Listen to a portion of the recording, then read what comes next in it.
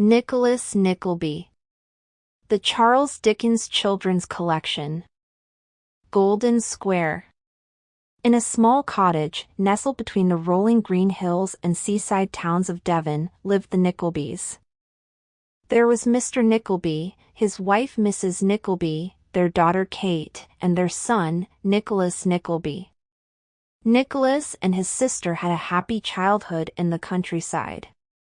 For them, every morning felt like the first day of summer. It was never too cold to play outside, too hot to read by the fire. They could not, even if they tried really hard, think of a better place to live than Devon. Their uncle, Ralph Nickleby, was very different from his brother, Mr. Nickleby. He was not married, he had no children, and had no friends either. He preferred it that way, he said. Ralph lived in a fine house in Golden Square, right in the middle of London. Like many very rich men, Ralph loved nothing more than money. He loved saving his money, counting his money and, above all, making more money. To do this, he would lend large sums of money to struggling people and force them to pay it back with extra on top. Secretly, he looked forward to the day when they had to admit that they could not pay him back. When this happened, Ralph would take their houses and businesses as payment for their loan. Sadly, when Nicholas and Kate were only teenagers, their father died. To make matters worse, his death left them without a penny to their names. So Mrs. Nickleby and her children decided to move to London. Mrs. Nickleby wrote to ask Ralph for help. They were his family, so she thought that, surely, he must care for them. She was wrong. Ralph employed an assistant called Newman Noggs. Newman was a good man, with a kind heart. One morning, Newman knocked on the door of Ralph Nickleby's office. "Come in," a voice boomed from inside. Newman turned the handle and stepped through the ornately carved doorway. "I have a letter for you, sir," he had said to Ralph, who was sat at his desk, hunched over a pile of paperwork. Newman handed Mrs. Nickleby's letter to Ralph with a sympathetic nod. The envelope had a black border and was sealed with black wax. These were signs that the letter inside was about someone's death. Ralph recognized the handwriting on the envelope. "Newman," he said, "there's no need to look sad. I would not be surprised or horrified if my brother were dead." "I did not think that you would," said Newman, quietly. "Why not?" snapped Ralph. "You never are surprised," said Newman. That's all. Ralph Nickleby snatched the letter, tore open the envelope and read it. "He is dead," said Ralph, trying to look upset. "Dear me. Well, that is sudden." Newman sighed. He was not fooled by Ralph's acting. "Did he have children?" he asked. "Yes, children alive and a widow too," said Ralph. "And all three of them are in London. What a nuisance." Finally, after a great deal of moaning, Ralph Nickleby left his home in Golden Square. He walked to the small house where Mrs. Nickleby was staying with Nicholas and Kate. He was not pleased to see his sister-in-law, the widowed Mrs. Nickleby. He was not pleased to see his niece Kate, or his nephew Nicholas either. In fact, of the three people now stood in front of him, Ralph disliked Nicholas the most. Maybe it was because the young man reminded him of his brother. "What a sorry-looking bunch you are," Ralph muttered under his breath. Then he looked up and without even saying a proper hello, asked Nicholas, "Have you ever done any work? Ever made any money?" "No," said Nicholas. "No, I thought not," said Ralph. "This is the way my brother brought up his children, lazy?" Saddened by Ralph's cruel remarks and the reminder of her dear husband's death, Mrs. Nickleby started to cry. Kate was quiet. Nicholas, however, began to grow angry with his uncle. "Are you willing to work?" Ralph asked. "Of course I am," snapped Nicholas. "Then see here," said his uncle. Ralph took a newspaper from his coat pocket. He pointed to a small advertisement. It said, "If you're looking for work, nephew, there it is, a teaching position," said Ralph Nickleby. "But £5 is not much for a year's work," said Kate. "And Yorkshire is so far away?" "Hush, Kate, my dear," said Mrs. Nickleby. "Your uncle knows best?" "What will happen to my mother and sister if I go to Yorkshire?" asked Nicholas. "I'll see to them," said Ralph sharply, before clearing his throat and starting again. "I'll look after them, I mean," he said in a surprisingly soft voice. "But only if you take that job." Nicholas agreed and went with his uncle to the White Horse Inn. There they found Mr. Wackford Squeers. Mr. Squeers was a short, round man. His face was twisted and scarred on one side as though he had once wandered much too close to a fire. He didn't look like any teacher or headmaster that Nicholas had ever seen. With him were a couple of sad-looking boys. They were new pupils at Dotheboys Hall. Mr. Squeers was taking them from London to Yorkshire. Mr. Nickleby and Mr. Squeers seemed to know each other. They nodded at one another, stood up and walked over to a corner of the inn. After a few minutes of private whispers, the two men returned. "The job at Dotheboys Hall," said Mr. Squeers in a gruff voice, "is yours." As they left the White Horse Inn, Nicholas turned to his uncle. "Thank you for finding me the job," he said. "I shall never forget this kindness." "Make sure you don't," said Ralph. "The coach leaves here at 8 o'clock tomorrow for Yorkshire. Be on time." Ralph handed Nicholas a stack of papers. "Take these back to my house for me," he said. "I have some business to take care of." Nicholas did as he was told. Upon entering the house in Golden Square, he was met by Newman Noggs. Newman was surprised to meet Ralph's nephew. He was more surprised still when Nicholas told him that he was going to Dotheboys Hall and that he was grateful for the opportunity. "Dotheboys Hall, eh?" said Newman, rubbing his red nose. "You're grateful to Mr. Nickleby for sending you to work at Dotheboys Hall?" "Well, well." Then he sighed and patted Nicholas on the shoulder. If Nicholas hadn't known better, he might have thought that Newman Noggs felt sorry for him. Dotheboys Hall. Mrs. Nickleby and Kate said goodbye to Nicholas the next morning at the White Horse Inn. Ralph Nickleby was there too, though he was not bothering with any emotional goodbyes. Mr. Squeers appeared with the two sad boys, who looked more like prisoners than pupils. They were, according to Mr. Squeers, the Snawley brothers. As Nicholas climbed up to his seat on the coach, he felt someone tugging at his leg. It was Newman Noggs. He pushed a letter into Nicholas's hand. "What's this?" asked Nicholas. "Hush," said Newman Noggs, pointing to Ralph Nickleby. "Don't let him hear you. Just take it. Read it." Confused, Nicholas put the letter in his coat pocket and waved goodbye to his family. It was a long, cold journey from London to Dotheboys Hall in Yorkshire.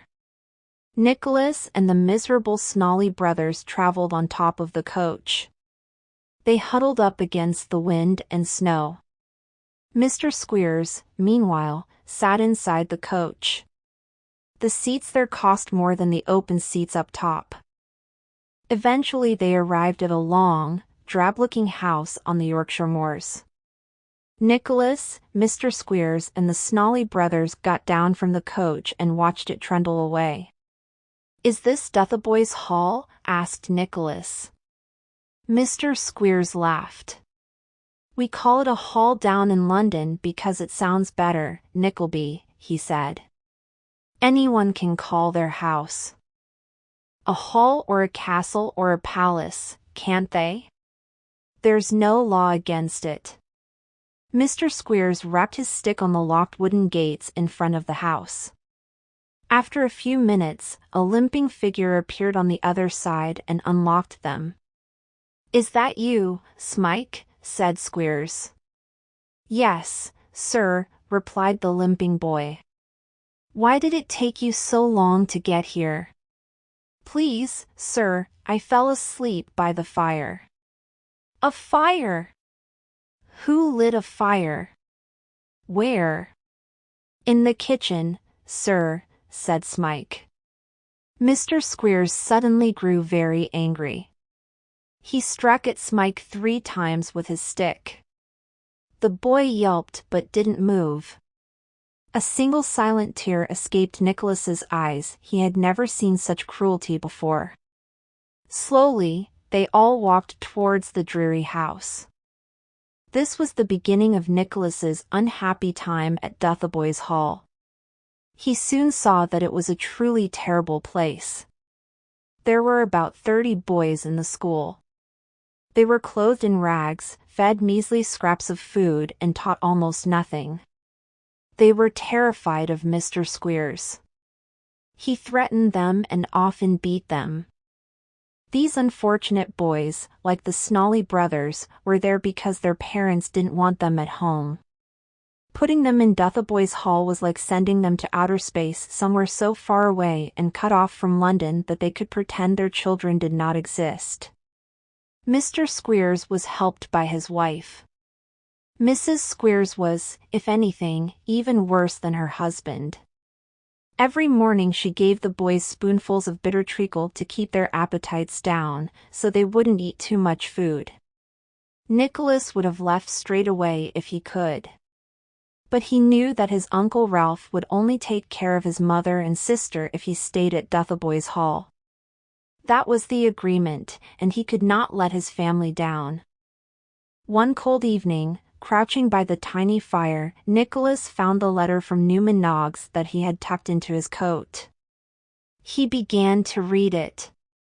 Newman wrote that if Nicholas ever needed shelter in London, then he should go to him.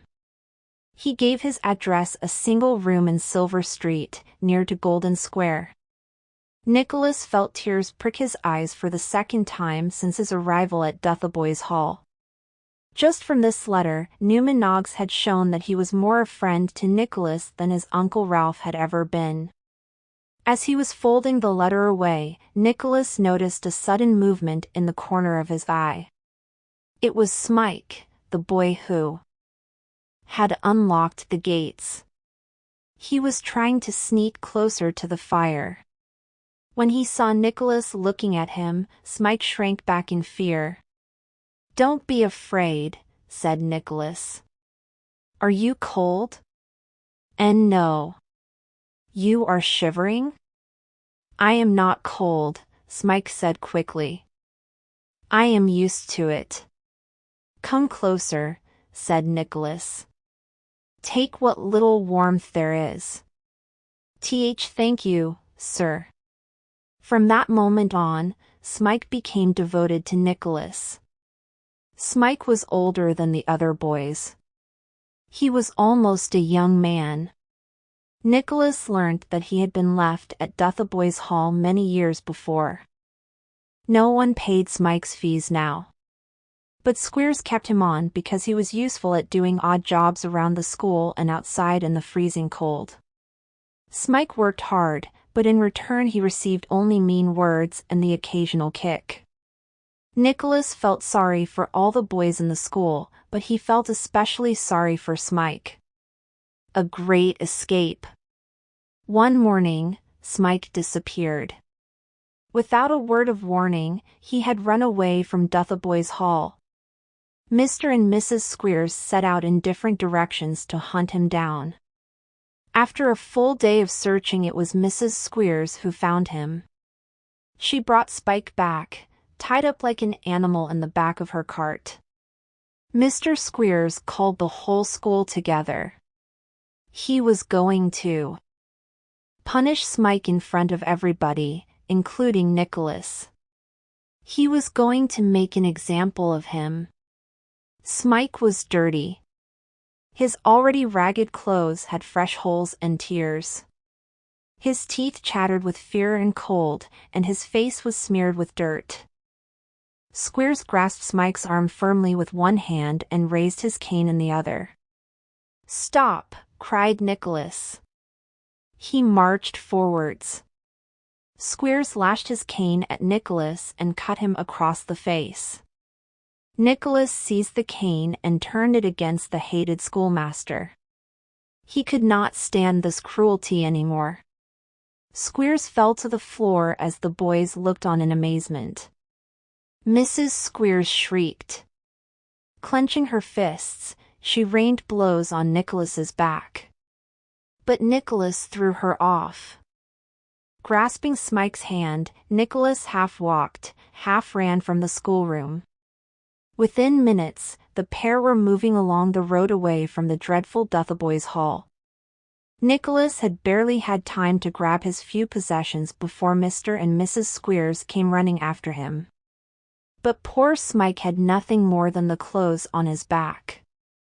Tired, hungry, and struggling with Smike's limp, it took the two friends many days to reach London. Nicholas had a little money. It was enough to buy some food and sometimes embed in a cheap inn. When the inns were too expensive, however, the pair would find a barn or a deserted cottage to sleep in. Eventually, they reached Silver Street in London and knocked gently on the door of Newman Noggs. Newman seemed very pleased to see them. He gave them shelter in his little room and shared his dinner with them. A close call for Kate. If Nicholas believed that his Uncle Ralph would really look after his mother and sister, then he was wrong. It is true that Ralph Nickleby found them a house to live in, a small, dark and dirty place down near the River Thames. It is also true that he found Kate a job with a dressmaker called Madame Mantalini. But Madame Mantalini grew jealous of Kate because she was young and beautiful. She did her best to make Kate's life miserable. Nicholas had no idea how horrible Kate's life had been since he had left. When he returned to London with Smike, he was overjoyed to see his mother and sister again. But while he and Smike had been making their way to London, Mr. Boy Squeers had been writing to Ralph Nickleby, telling him about the events at Dotheboys Hall. Naturally, Mr. Squeers made everything sound much worse than it was. He even accused Nicholas of stealing Mrs. Squeers's jewelry. "It's not true!" Nicholas cried. But his uncle would not listen to him. He said that if Nicholas did not leave London immediately, he would have nothing more to do with Mrs. Nickleby or Kate. He would turn them out of their small, dirty house and make sure that Kate lost her job with Madame Mantalini. Nicholas had no choice. He set off with Smike, planning to go to Portsmouth. He thought that they might be able to find work together on a ship, and perhaps leave England and their horrible memories behind. Before they reached Portsmouth, however, Nicholas and Smike met a company of traveling actors. The company was run by a large, cheerful man called Vincent Crummles. He, his wife and the other actors traveled from town to town putting on plays. Even the Crummles' young children took part in the plays. Mr. Crummles was always on the lookout for new faces. He invited Nicholas and Smike to join their group. Nicholas had never acted before, but soon found that he was rather good at it. He was cast as Romeo in the company's retelling of William Shakespeare's Romeo and Juliet. Smike also had a small part to play, which he adored. It seemed that the pair were finally happy. But, like most good things, this soon came to an end. Nicholas received a letter from Newman Noggs, who had been keeping an eye on Kate and Mrs. Nickleby. The letter told Nicholas that he must return to London straight away. It was an emergency. It seemed that poor Kate had been caught up in the nasty side of her uncle's business. Ralph knew that his niece was beautiful and he often used her beauty to attract customers. One of these customers was a young nobleman. Each time he would visit to borrow money, Ralph would tease him with the idea that he could, one day, marry Kate. Every time he did this, the nobleman would return to borrow more money. And the more money he borrowed, the more he paid back. This meant that Ralph was becoming richer and richer thanks to his niece. Kate was very upset about this. She wanted to speak to her mother about it, but it was no good. Mrs. Nickleby thought that Ralph knew best, no matter what he did. And when it came to a nobleman wanting to marry her daughter, well, Mrs. Nickleby quite liked that. Not knowing where to turn, Kate told Newman Noggs about her uncle and the nobleman. "Do not worry, dear Kate," Newman said as he passed Kate a handkerchief to dry her tears. "We'll sort this out. I'll write to your brother at once." After reading the letter, Nicholas and Smike said a speedy farewell to the Crummles family and set off once again for London. Nicholas marched straight into his uncle's home in Golden Square, too angry to politely knock at the door. He strode, muddy boots and all, into his Ralph's office. "How could you treat Kate this way?" he roared. "She is your niece. Not an advert for your business." Ralph's face hardened. "I have done nothing wrong. Business is business. What does it matter if a foolish young man is attracted to Kate? It is not as if I sold her on the market like a dead fish." Nicholas could not stand it any longer. He told Ralph that neither he, his mother nor Kate would have anything more to do with him. So Mrs. Nickleby and Kate were forced to leave the small, dirty house by the Thames, and Kate lost her job with Madame Madeline. They were safe from Uncle Ralph, but where could they go next? The Cheeryble brothers. Everything started to change for Nicholas and his family. And it changed for the better. Nicholas was looking at the job notices in the window of a local office. Next to him stood a well-dressed old gentleman also peering at the window. He had a kind and cheerful face. "Are you searching for a job, sir?" Nicholas asked. "Me? No," said the cheerful man. "But you are looking for one, perhaps?" Nicholas admitted that he was. There was something so open and friendly about the older man that Nicholas found him very easy to talk to. His name was Charles Cheeryble. He insisted that Nicholas should come with him to his office. The office was in a quiet square near the Bank of England. On the door of the office was a sign that read, "Cheeryble Brothers." Nicholas was introduced to Charles's brother, Ned. They were identical in every way, right down to their cheerful, smiling faces. The twins had come to London years ago. "At first, we were so poor that we had to go without shoes," said Charles. Ned nodded, "But look at us now." He and Charles seemed delighted and amazed that they had come so far in the world.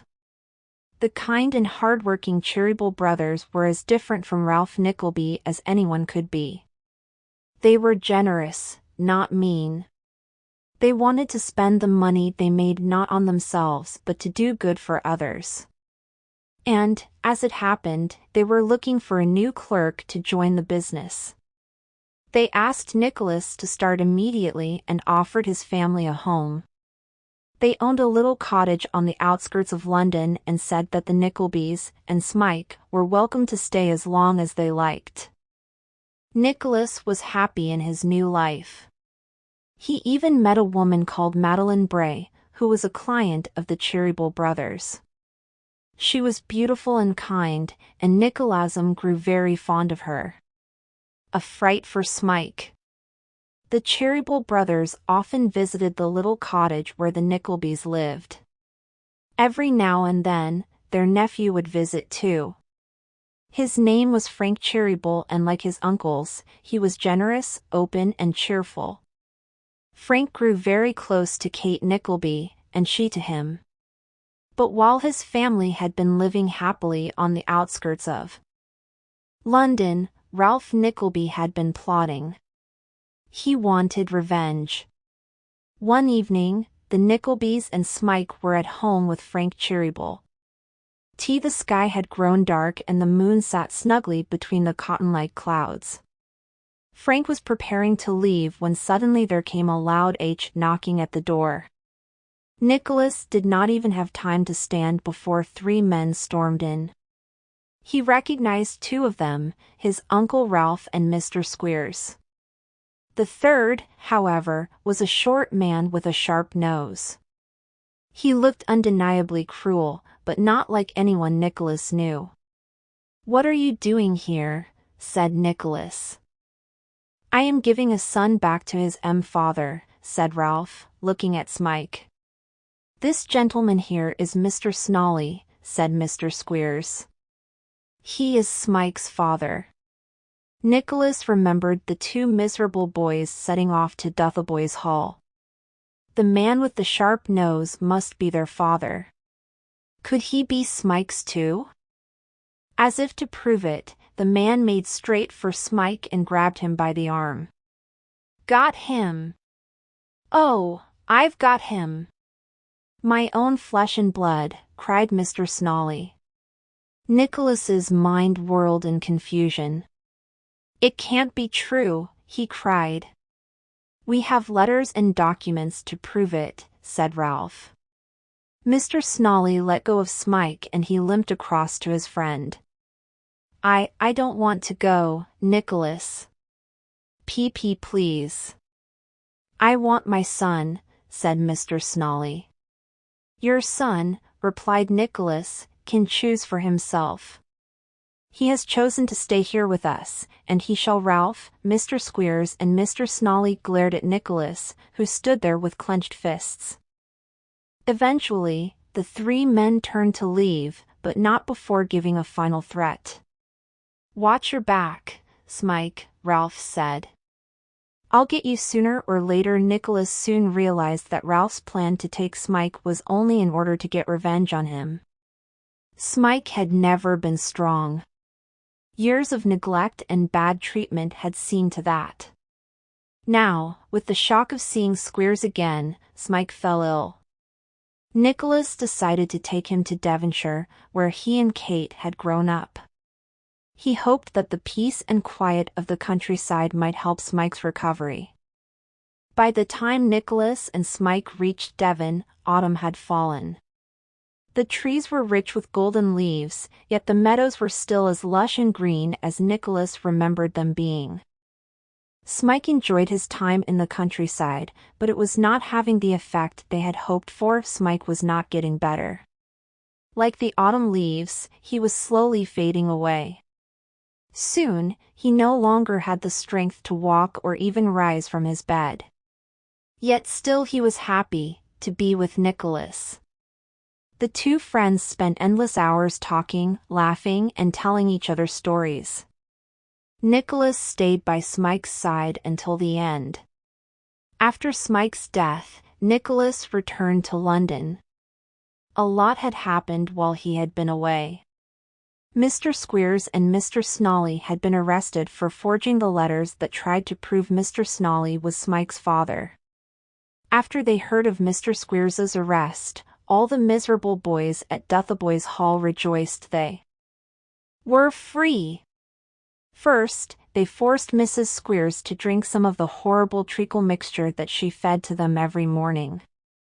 Then they ran away from that long, drab-looking house on the Yorkshire moors and never looked back. Newman Noggs had been busy too. He had discovered the truth about Smike's father. He wasn't Mr. Snolly, of course.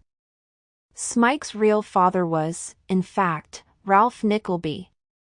Many years ago, Ralph Nickleby had been married. He had married a woman who was set to inherit a fortune from her family. He had hoped to become a rich man, possibly even richer than he was now. But it did not take his new wife long to discover exactly what sort of man Ralph was. He was cruel and greedy, and she could not stand him. She ran away, even though she was expecting a baby. The baby was born, but not wanted. Young Smike reminded his mother too much of her horrid husband, and so, he was sent off to Dotheboys Hall. Ralph Nickleby never knew he was a father. He certainly had no idea that he was the father of poor Smike. When Newman Noggs told him, Ralph felt, probably for the first time in his life, ashamed. All Ralph's plans had failed, his money-lending business was falling apart, and his plot to gain revenge against his nephew had gone horribly wrong. Not even his precious piles of money could comfort him now. Ralph Nickleby was in despair. He went back to his great house in Golden Square. He locked and bolted the doors. He closed the curtains. He climbed the stairs to the top of the house, opened the attic door and locked himself inside. And there, in his dusty attic, surrounded by old furniture and piles of paperwork, he withered away, like a rotting apple. Fortunately, there is some good that comes from this tragic tale. The Nicklebys were together once more, living amidst the rolling greens and seaside towns of their beloved Devon. While Nicholas had been away, Frank Cheeryble had proposed to Kate and the pair were now happily married. Nicholas also found love in the form of Madeline Bray, the kind and beautiful woman he met when working as a clerk for the Cheeryble brothers. Over the years, more changes came. Nicholas was made business partner in the Cheerybles company, which was now named Cheeryble and Nickleby. Kate and Frank, and Nicholas and Madeline had children of their own, and Newman Noggs became like a grandfather to them all. But even as time moved on and his family grew and changed, Nicholas still took the time to gaze at the merry meadows outside his window and remember his best friend, Smike.